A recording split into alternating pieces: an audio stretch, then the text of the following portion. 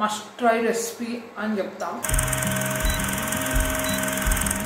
Hello people, welcome back to sweet talk. So ఇక మీదట అన్నీ సూపర్ డెలిషియస్ అయిన రెసిపీస్ వచ్చేస్తాయి. సో నా ఫస్ట్ ఇంట్రో చూసే మీకు అర్థమైపోయి ఉంటుంది అండ్ థంబ్నెయిల్ చూసి ఇది ఒక హెల్దీ డయాబెటిక్ ఫ్రెండ్లీ బిస్కెట్స్ చేస్తున్నాము.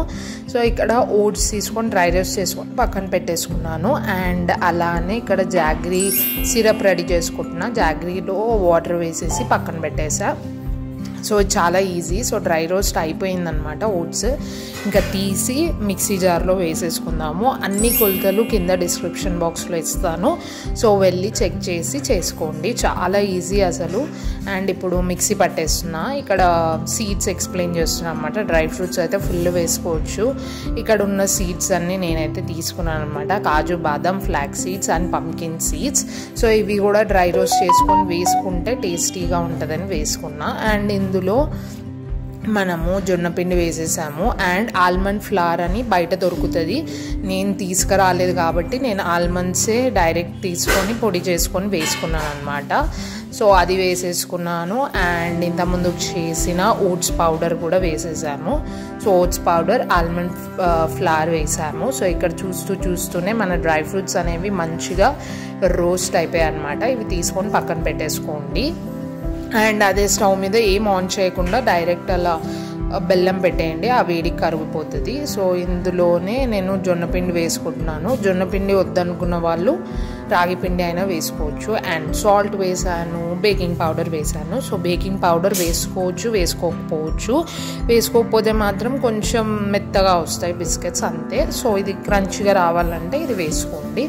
సో ఇలా వేసుకొని కలుపుకొని ఇక్కడ నేను ఆయిల్ యూస్ చేస్తున్నానండి, 3 స్పూన్స్ అనమాట. సో మీరు కావాలంటే అన్సాల్టెడ్ బటర్ అయినా యూస్ చేయొచ్చు. సో ఇక్కడ 1 టేబుల్ స్పూన్ అంటే మొత్తం 3 టేబుల్ స్పూన్స్ అంతా ఆయిల్ వేసేసాను. సో ఆయిల్ వేసేసి మంచిగా కలుపుకోవాలి.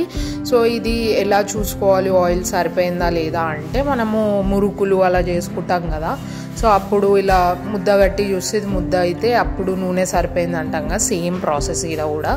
సో అలా చూసేసి ఇక్కడ బెల్లం వాటర్ మనం రెడీ చేసుకొని పెట్టుకున్నాం కదా, సో ఆ బెల్లం వాటర్ వేసేసుకొని ముద్దలాగా కలుపుకోవాలి. అండ్ ఇక్కడ నేను 2 ఎసెన్స్ వాడతాను. ఎప్పుడైనా నేను బిస్కెట్స్ చేసేటప్పుడు 2 ఎసెన్స్ వేస్తాను, ఏవైనా 2. సో ఇక్కడ పైనాపిల్ అండ్ స్ట్రాబెర్రీ వేసాను అనమాట. మీరు కావాలంటే ఓన్లీ వెనిలా ఎసెన్స్ అయినా వేసుకోవచ్చు. ఎసెన్స్ అసలు వద్దనుకున్న వాళ్ళు యాలకుల పొడి కూడా వేసుకోవచ్చు. It's totally optional. సో అలా వేసేసుకొని బాగా కలుపుకొని ఇక్కడ నేను మీకు ఒక ఐడియా కోసం అని చూపిస్తున్నాను అనమాట.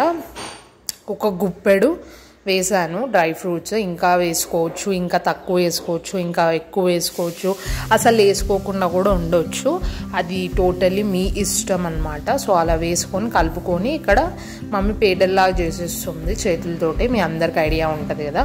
సో లేదు మాకు కట్టర్స్లో కావాలి అంటే మీరు రొట్టెలాగా తాల్చుకొని కూడా, మీరు కుకీ కట్టర్స్ దొరుకుతాయి బయట మార్కెట్లో, ఫుల్ అవైలబుల్లో ఉన్నాయి.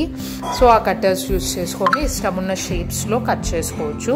సో నేనైతే కొంచెం థిక్నెస్ మెయింటైన్ చేశాను, ఎందుకంటే థిక్గా ఉంటే బాగుంటాయి బిస్కెట్స్ అని చెప్పేసి.